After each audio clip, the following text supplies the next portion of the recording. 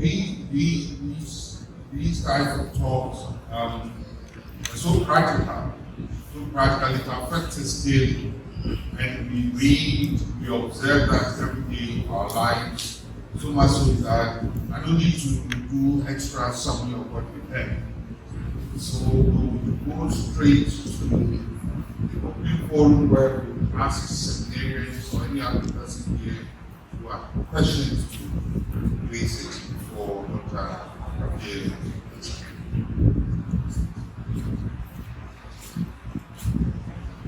So, we begin. Anybody has any question? Time for you to stop for a while or you continue so that you get acclimatized with the system. The second one is that if smoking is very dangerous to market, why is the government allowing it to happen? And the last one is checks. I'll go on.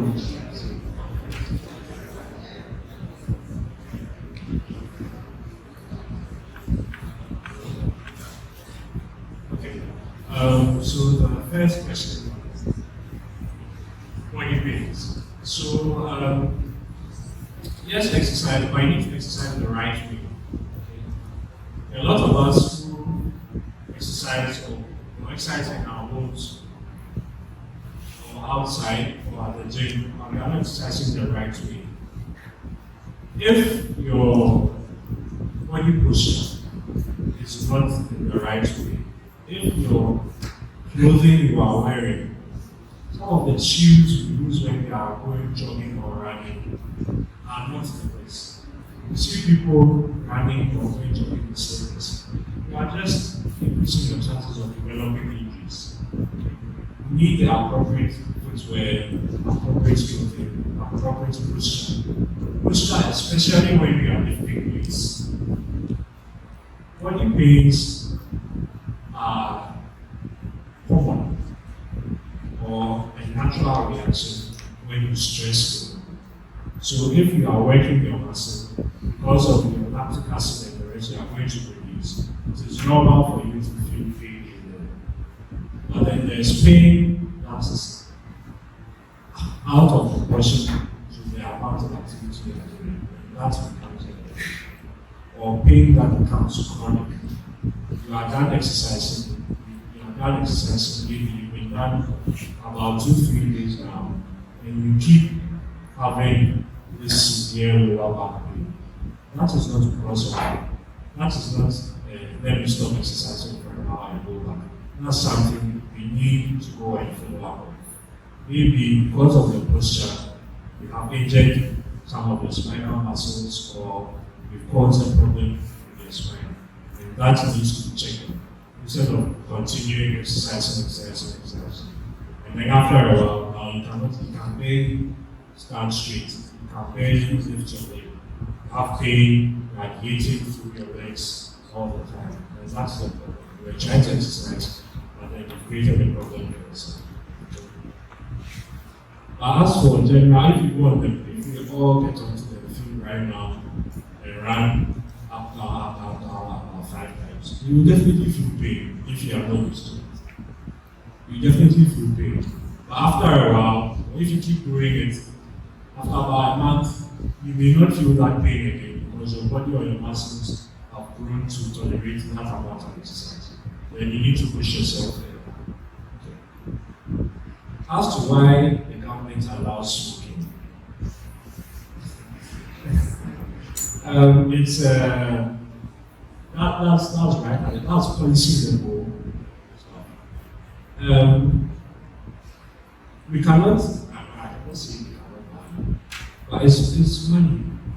It's money that is moving the economy. We need people purchase it, and purchasing it is going to bring money. And majority of the tobacco products we have are imported.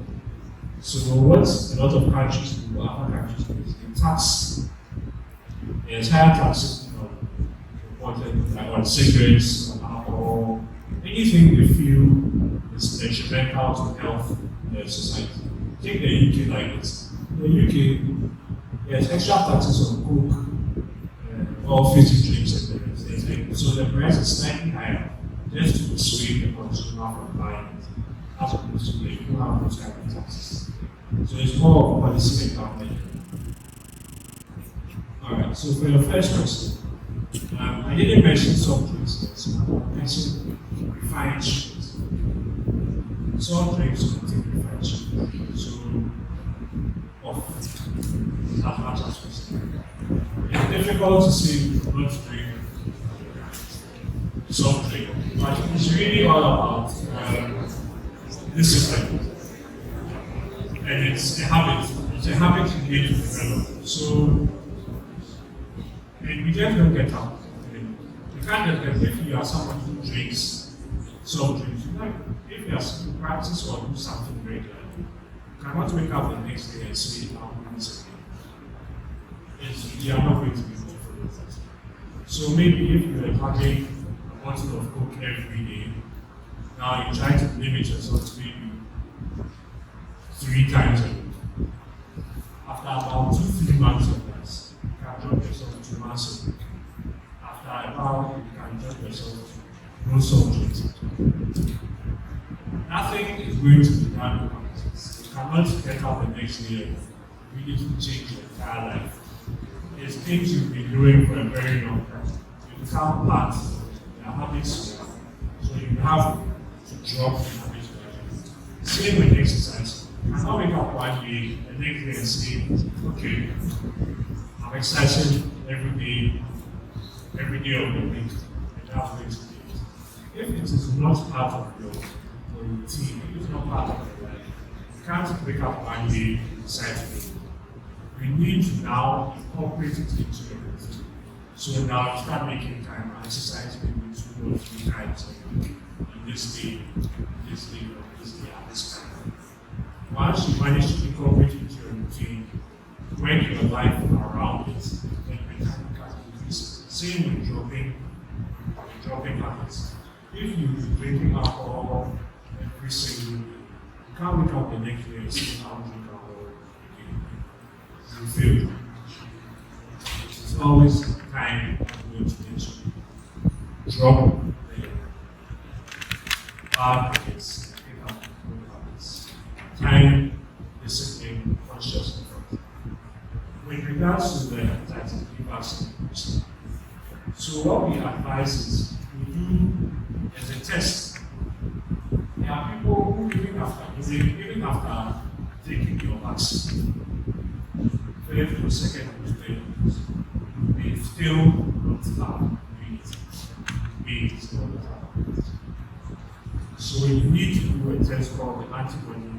You need to do what we call the antibody titer. Once you check your titer values and they are within good range, then you don't need to do it. If it drop, it can drop, then go and get it to start. Averagely about 10 years is what it is. But there are people whose titer values will drop far before 10 years, or may stay longer than 10 years. So doing the lab test is very vital. So in some countries, they don't ask for proof of vaccination. They actually want you to do the titer value. That makes if actually you need a booster or you need to revaccinate totally.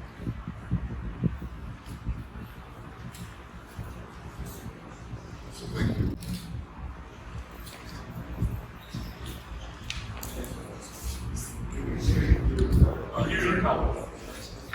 So, normal urine color should be what we call straw color. Normal urine color is what we call straw color. Straw color being it's not white, it's not yellow, it's not cream. It's not cream. It's almost like kind of translucent. Yes, your urine color can change based on what you eat. Even what you eat, there are some things that will color your urine. I think maybe what you are referring to is if you are dehydrated, your urine is going to be very concentrated. I'm going to give you a small amount of urine, which is going to be very concentrated. So it's going to be very yellow, or very dark yellow, as opposed to if you are hydrated well enough, you're producing strong calorie. If you are overhydrated, overdiuretic, there are some conditions that may cause you to pee a lot or pee too much. Your urine will be get close to water because you are literally peeing out water. That is also a problem. We are aiming for the balance between strong calorie. And if you can try yourself, don't drink water for a very long time. Let me say from noon till maybe 8 p.m. drink water. When you pee, the color of the urine is going to be very concentrated. It's going to be a small amount of it. If you drink a larger amount of water, the color of the urine is going to lighten it and produce more urine. Second question was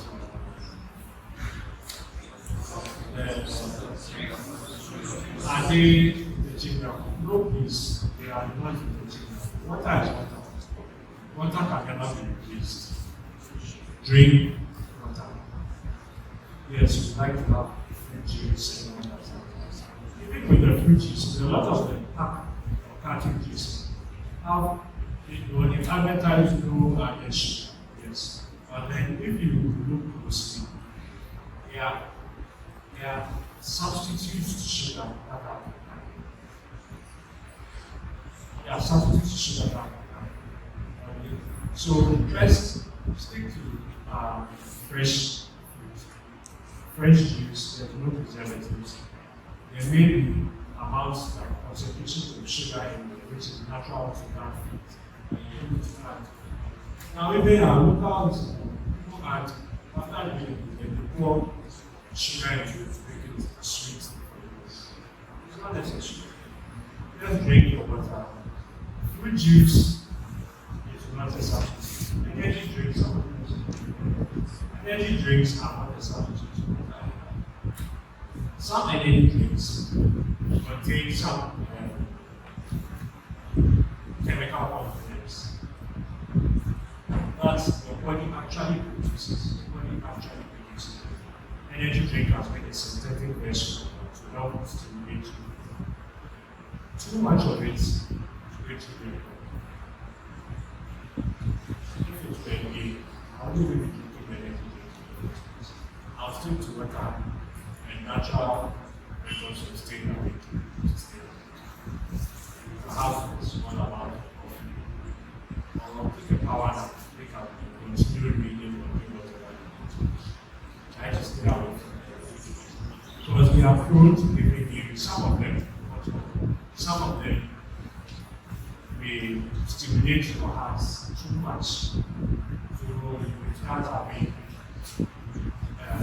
start feeling your heart beats irregular, you have palpitations and it's going to have irregular heartbeats. So try to stay away from that to make more water.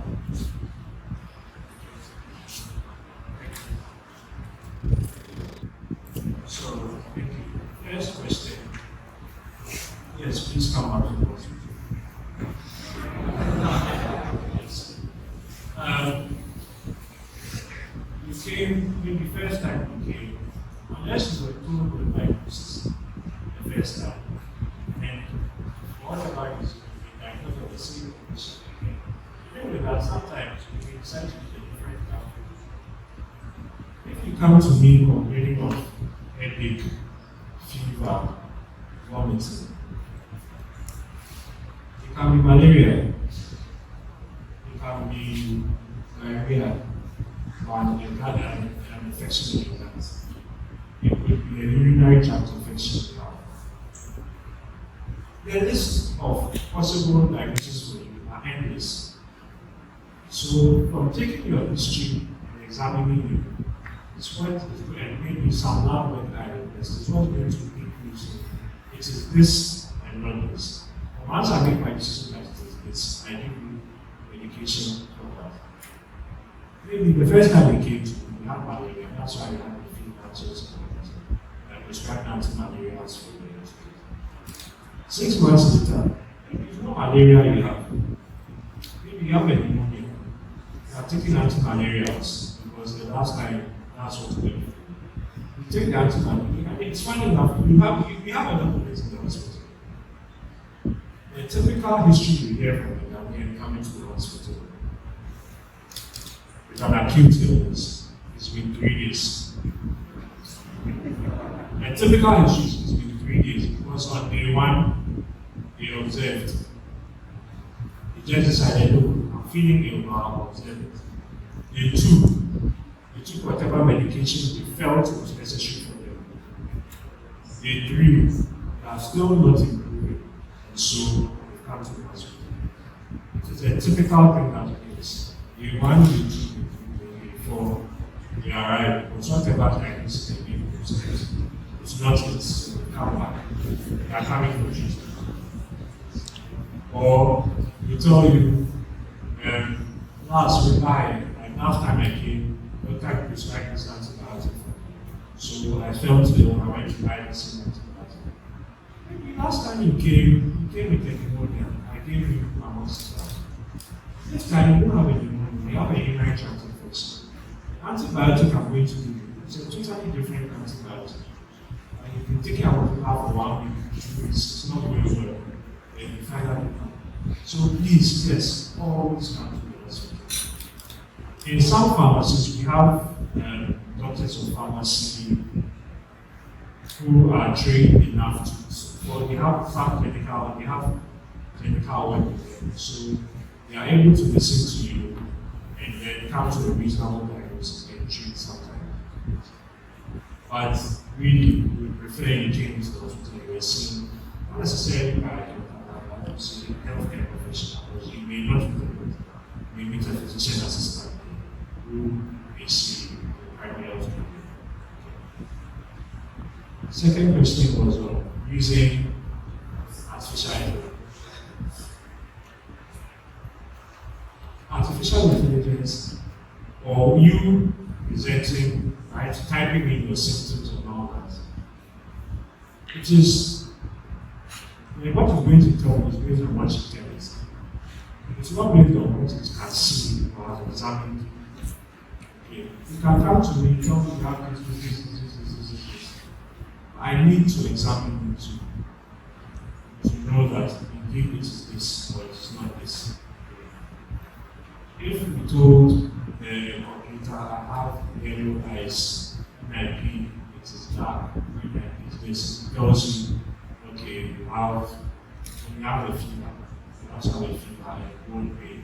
It tells you you have it tells you you have a liver disease. Maybe you have sickle cell disease. I'm going to tell you different like maybe you have sickle cell disease. Maybe you have malaria. Maybe you have hepatitis A or hepatitis E. Or maybe hepatitis B, acute hepatitis. Unless I have examined you, examination is what examination in the labs are going to differentiate the different disease conditions that are presented. So if it comes to just giving symptoms, the list of diagnoses that the computer or internet may give you. I mean, and now if you Google headache and eye pain, you will die from the kind of things that the internet will tell you you have. When you came to the hospital, there's a totally different thing. You're having an eye pain, you're having a particular type of headache. Right? The diagnosis the internet is telling you you have a mass in the head, you have this, you have this, you have this.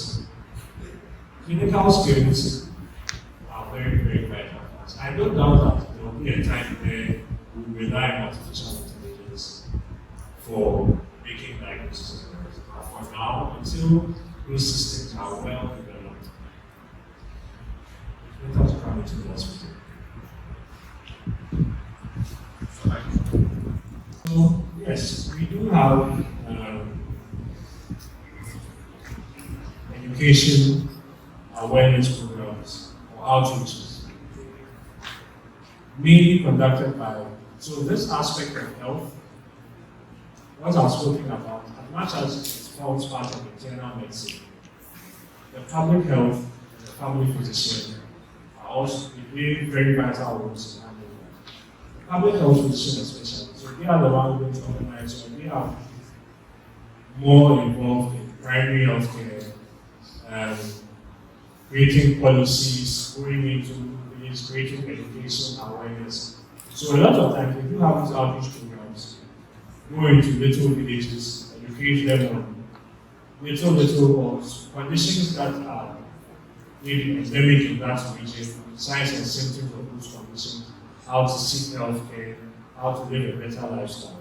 So that is actually done pretty often. Yes, the outreaches are done very well, especially by public health.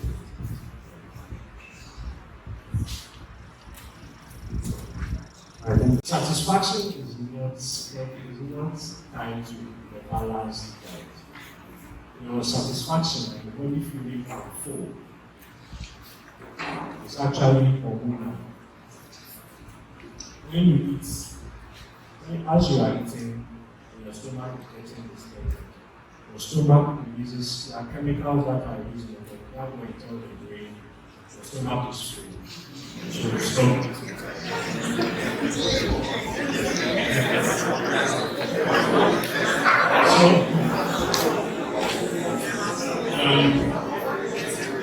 The same way, gastrointestinal physiology, actually, the way the body works is amazing. When you think of food, when you think you are about to eat, your body begins to work for things to prepare itself for the food. That's why you begin to salivate when your food comes. The body has started preparing itself to eat. You need the saliva to break down the food. Your body starts producing the saliva when it is told and going to eat. It starts producing the saliva. So for satisfaction, when you get food, the slower you eat, the more likely it is you are going to eat less. The faster you eat, the more you are going to eat. If you eat very fast, by the time the signals are sent, you feel your belly.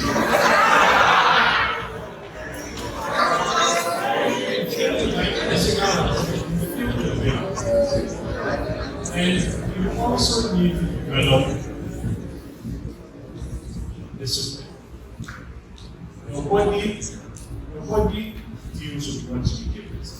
If your body realizes that, look, now I'm being given 2 slices of bread, this is my breakfast. It begins to accept that this is what I'm being given, and will be satisfied by that. That's why, well, if I'm going to have a fast, I prepare for the fast by starting to reduce my quantities before the fasting period. If you are eating 5 bowls of cake a day before you begin your fast, you're not going to survive the fast. Your body is used to the 5 bowls of cake. You're not going to survive it. You train your body to accept what it is being given. And with that, your satisfaction will be there. And if you really want, if you feel that eating 2 sides of bread and this is not going to satisfy you, you can add on, what you are adding on, it's not more bread, but more vegetables. The more vegetables you add, the more you food. Vegetables will be breaking down to water nutrients. It's not going to be more calories or more fat for the body. Okay. Thank you, Doctor. I have 2 questions. The first one, does the consumption or the use of cold foods or cold water, have any effects on the organs you have mentioned, and also by extension the use of air conditioning?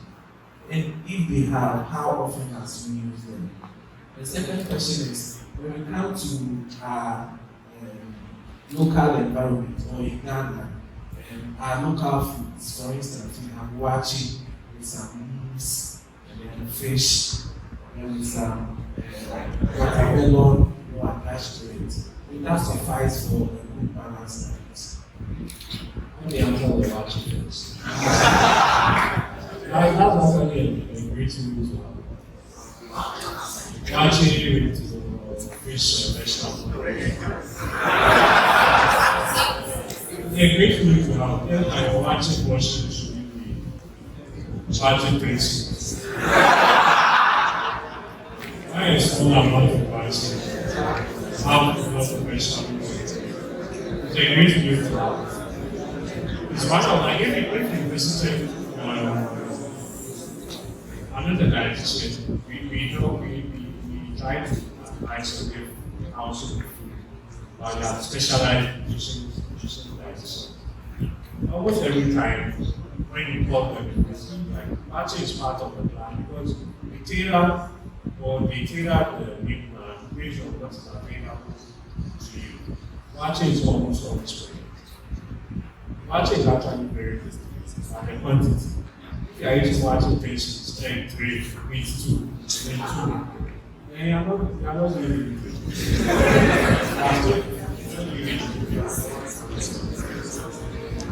And with your first question on cold water, I'm seeing so many don't drink cold water. Drink your morning, drink hot water with this.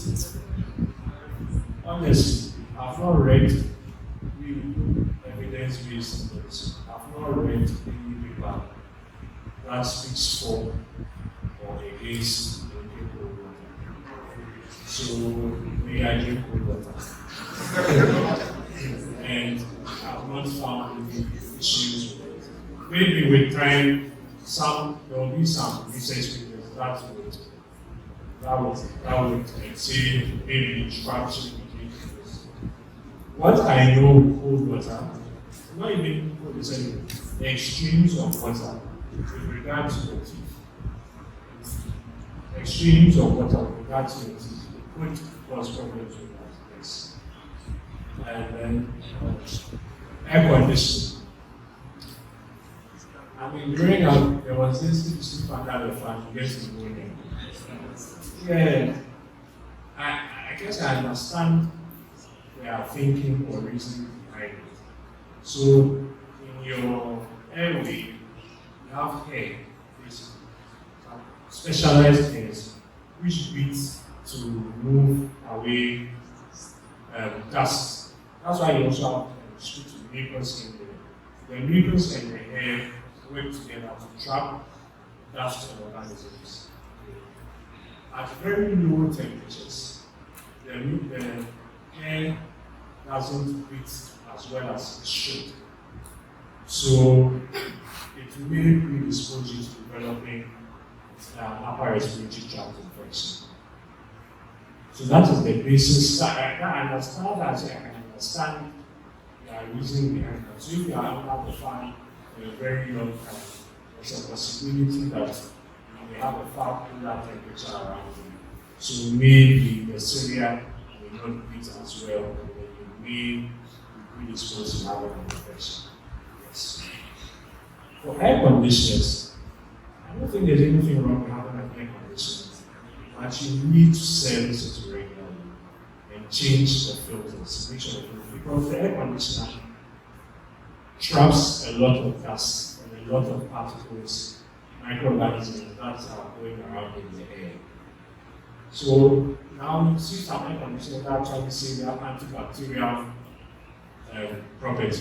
So maybe the filters in the have been infused with some antibacterial maybe creams or something. Just the service is antibacterial, just to help prevent you from getting an infection.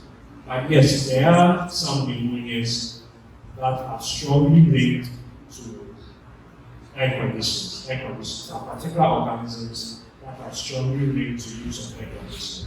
So your air conditioner, there's nothing wrong with having it, but it should be serviced and cleaned regularly.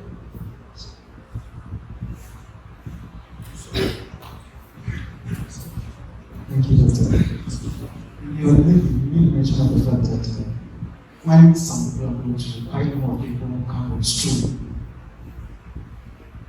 I would like you to hit on that and tell us some of the basic symptoms that cause that, because sometimes when I'm talking to people, I realize that their hands are shaking, their lips are so shaky. So I just want to know there are some of the symptoms of stroke. So,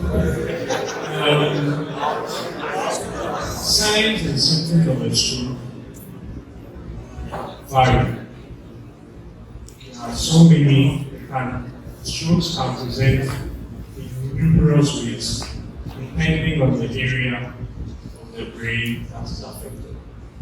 Strokes can present in numerous ways. If it's with shaking of hands, my hands shake sometimes. You can have people physiologically naturally have fine tremors. You will notice it until maybe you hold a paper. Then you see that keeps shaking. So you never even notice they have the tremors. Doesn't necessarily mean they have a stroke or they are having a stroke. It may be normal, it may mean they have a pathology or they have a problem with some part of they have a problem with their cerebral function. It's a possibility. The obvious signs and symptoms of a stroke we usually have are sudden onset weakness on the one side of the body. That is usually the most overt sign of a stroke. Person suddenly has weakness on one side of the body. It may be both upper and lower limb. It may be just the lower limb, it may be just the upper limb. Usually, it may be associated with difficulty in speaking, or what we call slurred speech. They are talking, but their words are not coming out. No one. That's usually what that's the most common presentation of a stroke we have. Or also headaches. I mean, very severe. However, depending on the part of the brain that is affected, somebody's stroke may be hiccups. They just keep suddenly have hiccups, and the hiccups are not stopping. It may be a stroke. Person has had. Strokes can affect your motor function, as your movement, and can affect your sensory function.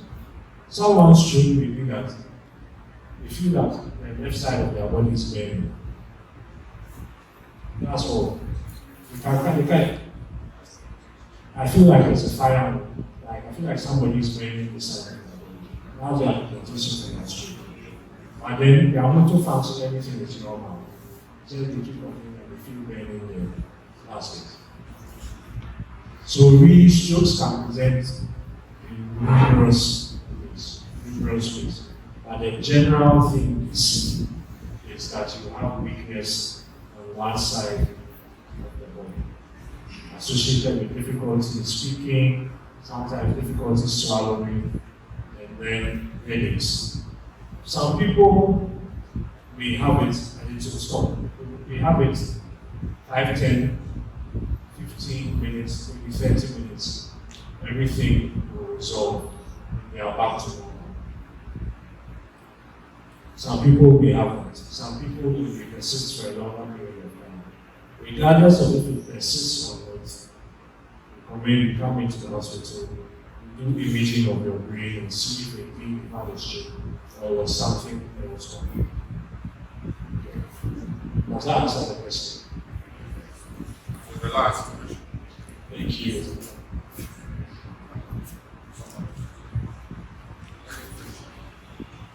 Thank you, Doctor.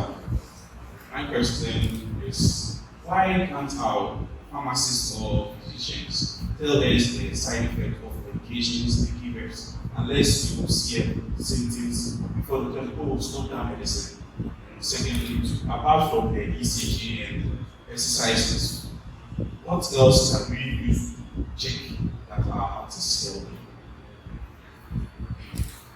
Okay, so for side effects of medication, I believe, or what is right is, anytime I'm prescribing a drug to you, I I need to tell you, I'm giving you this drug, I'm giving you this drug because of this and this and this. I think you have this one, so I'm giving you this. This drug works in this way. It has these side effects. So if you experience any of these side effects, let me know, or stop taking your drug. That is the ideal that should be done. Okay? It is your right to know all this before you start taking the medication. It's also your right to ask whoever is prescribing the medication to you, what drug is this? Why are you giving it to me? What are the side effects?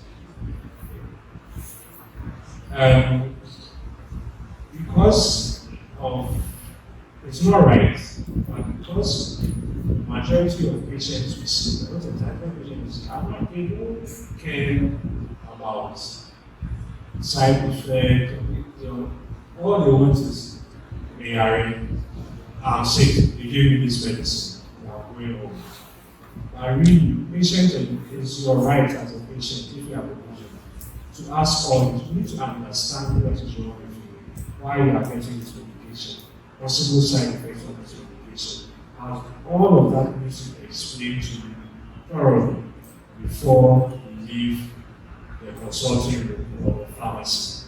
Okay? So whenever you buy a drug, feel free to ask what are the side effects of this medication you are giving. Ask if it hasn't been explained to you already. Ask about the side effects.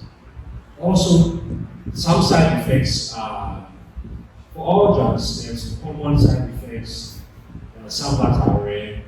Even though the side effects, there are some that are very serious. There are some that will stop over time. So depending on the side effects you have, we may still tell you, okay, stop the medication for now, start it again later. Or keep taking the medication to stop, or stop taking the medication totally. Or for some of them, it may be something we need to report all the way through the drugs world. For some reactions, we need to report all the way to the drugs world. But please always ask for side effects before you take certain medications.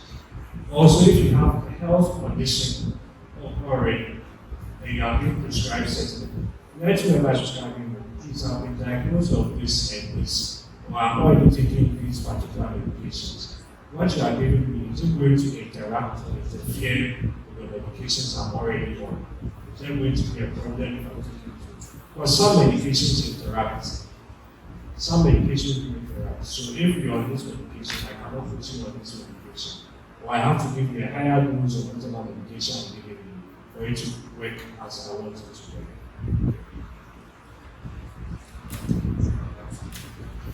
Or the second said, apart from ECGs and the exercise, how do we know if your heart is working well?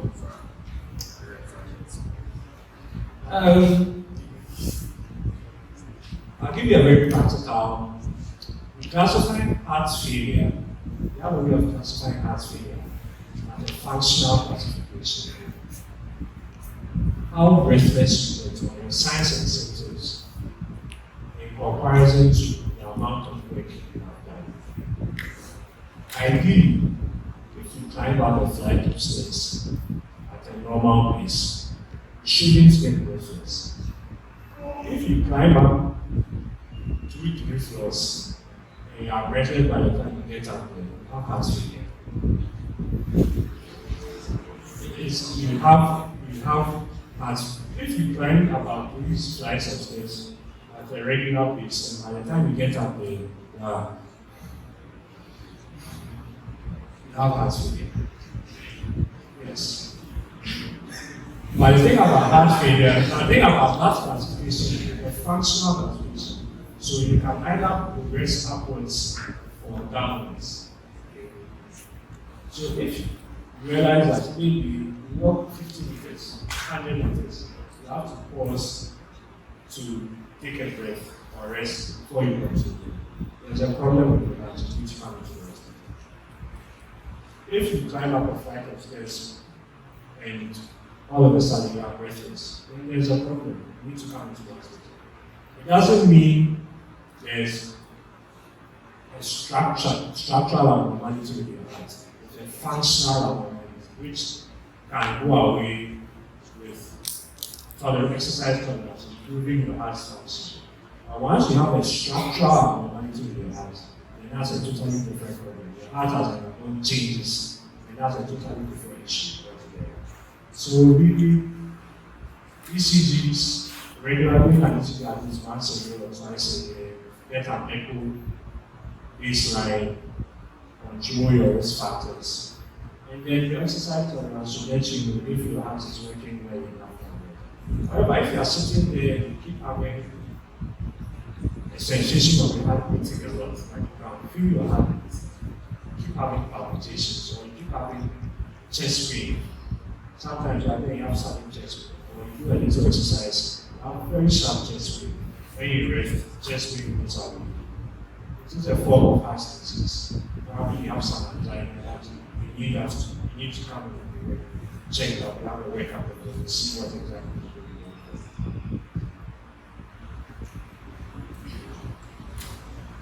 So it's becoming a practice for some age groups.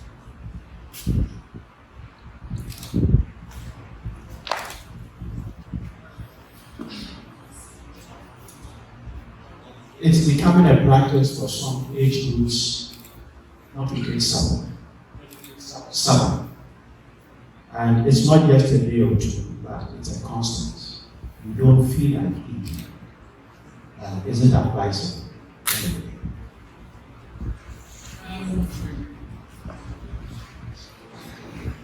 It's tricky. If your body is functioning well on eating once or twice a day, okay.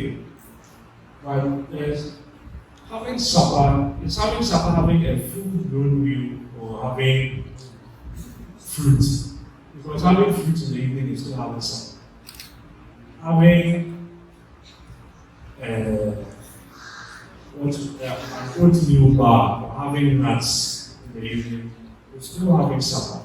It's just not your rice and protein grain you are eating, but it's still a meal you are having. So there are some who, for supper, have maybe an apple or two, and that's their supper. It's not they are eating something, but it's just a very small meal you have for supper. There are some who don't eat anything at all. I would prefer you have a snack, a little snack, just to, if not for your stomach lining, because once you are not eating, if you don't eat for a very long period, you have the possibility of developing ulcers. It's not a constant, it's a possibility. So let's eat something little, have a little snack. It shouldn't be a whole big meal, no. But a little snack in the evening, by 6 p.m. should be not bad. So there are some people who have maybe, they have a meal, an actual meal, by 6 p.m. Then maybe 8, 9 p.m. they have some food, and that's okay for them. They have some food, and it's okay for them. The longer you stay up, the more likely it is you are going to get hungry. The longer you stay up, the more. So if you know you are somebody who stays up very late, have your meal early, and then find things, healthy alternatives for snacking later on in the night. So if you have your, especially the fibers, you have nuts, spira, granola bars, something like that to help you boost your digestive fine. As opposed to you are hungry and you know very well you get hungry at 11 p.m. and you plan that at 11, there's some bread and egg that you are going to eat at 11 p.m. No, that's not because once you eat at 11 p.m. by 1 you are sleeping. Once you eat, you feel sleep by 1 you are sleeping. So if you are going to eat late, then let it be, we don't advise it. If you are going to have late, have a healthy snack if you take it through the night.